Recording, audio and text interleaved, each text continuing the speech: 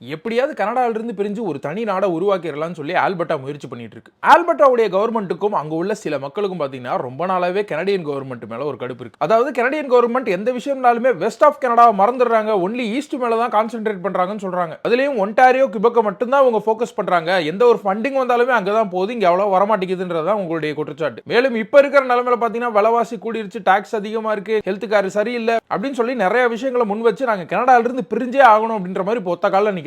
Canada பொறுத்த வரைக்கும் இங்க உள்ள ப்ராவின்சஸ்லாம் கனடால இருந்து தனியா பிரிஞ்சு ஒரு நாடாகணும்னா அதுக்கு சில ரூல்ஸ் இருக்கு. முதலாவதாக அந்த ப்ராவின்ஸ்ல யாராவது ஒருத்தவங்க பெட்டிஷனை போடணும். அந்த பெட்டிஷனை அந்த ப்ராவின்ஸோட எலெக்ஷன் கமிஷன் வந்து அப்ரூவ் பண்ணணும். அதுக்கு மேல நிறைய சிக்னேச்சர் வரணும். அதுக்கு அடுத்து ரெஃபரண்டம் நடத்தணும். கடைசியா கவர்மெண்டோட பேசி எல்லாமே சரி வந்தாதான் பிரிய முடியும். சோ இப்படி இருக்கும்போது போன வருடம் ஆல்பர்டா ப்ராஸ்பெரிட்டி ப்ராஜெக்ட் அப்படின்ற ஒரு குரூப் ஒரு பெட்டிஷனை கவர்மெண்ட்டுக்கு போட்டுச்சு. அந்த பெட்டிஷன்ல அவங்க கேட்டிருக்க क्वेश्चन பாத்தீங்கன்னா ஆல்பர்டா கனடால இருந்து பிரியணுமா அப்படின்னு. சோ இந்த பெட்டிஷனை எலெக்ஷன் கமிஷன் ஆஃப் ஆல்பர்டா போன டிசம்பர் மாசம் அப்ரூவ் பண்ணியிருந்தாங்க. சோ வழக்கமாகவே இந்த மாதிரி பெட்டிஷன் அப்ரூவ் பண்ணாங்கன்னு வச்சுக்கோங்களேன், அதுல வந்து நிறைய பேர் சைன் போடணும். அப்பதான் அங்க இருந்து அது நாங்க அடுத்த கட்டமான ஓட்டிங் ரெஃபரண்டத்துக்கு போகும். சோ இதுக்கு முன்னாடி வரைக்கும் என்ன ரூல்ஸ் இருந்துச்சு அப்படின்னு பாத்தீங்கன்னா, எப்ப பெட்டிஷன் அப்ரூவ் ஆச்சோ அப்பல இருந்து 3 மாசம் டைம் கொடுப்பாங்க. அந்த டைமுக்குள்ள ஒட்டுமொத்த ப்ராவின்ஸ்லயும் ரிஜிஸ்டர்ட் வோட்டர்ஸ்லாம் இருப்பாங்கல, போன எலெக்ஷன்ல வந்து ஓட்டு போட்டவங்க, அதுல 20% ஆது இந்த 3 மாசத்துக்குள்ள சைன் பண்ணியிருக்கணும். ஒட்டுமொத்த கணக்கு என்ன அப்படின்னு பாத்தீங்கன்னா 3 மாசத்துல 6 லட்சம் சிக்னேச்சர்ஸ் வந்துச்சுன்னா அது ஓட்டிங் ரெஃபரண்டத்துக்கு போகும். ஆனா இதை இன்னும் ஈஸி பண்ற விதமாக ஆல்பர்டாவுடைய பிரீமியர் டேனியல் ஸ்மித் போன வருடம் இந்த ரூலை மாத்திட்டாங்க. அதன்படி இந்த மாதிரி 20% பேர் ஓட்டு போட வேணாம், 10% ஓட்டு போட்டாலே போதும். அதுவும் 3 மாசம் கிடையாது, 4 மாசம் அவங்க டைம் எடுத்துக்கலாம்னு. சோ அந்த கணக்குப்படி பாத்தீங்கன்னா இன்னையில இருந்து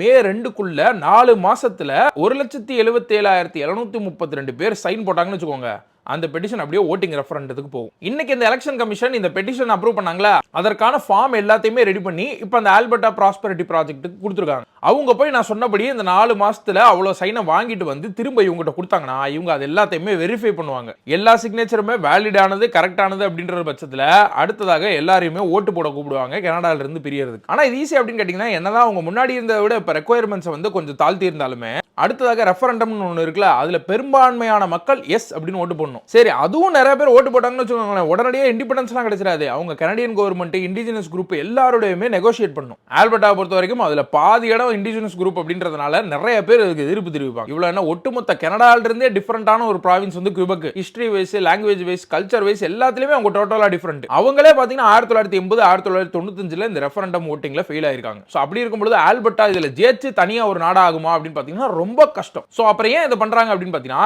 இந்த மாதிரி பண்ணாவது கவர்மெண்ட் வந்து சரி நான் உங்களை பாத்துக்கிறேன், அதிக ஃபண்டிங் கூட்டுறேன்னு சொல்லுவாங்க இல்லையா, அதுக்கு தான்.